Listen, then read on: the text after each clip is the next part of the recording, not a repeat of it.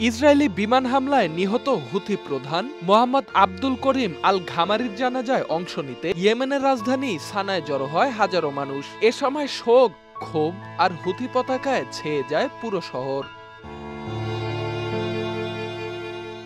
আল-শাব মসজিদে অনুষ্ঠিত জানাজায় অংশ নেয় হাজারো ইয়েমেনি। সেখান থেকে বিশাল শোক মিছিল ছড়িয়ে যায় সানার সাবিন স্কয়ার পর্যন্ত। মিছিলে উপস্থিত ছিলেন হুথি নেতৃত্ব, সামরিক কর্মকর্তা ও সাধারণ নাগরিকরা।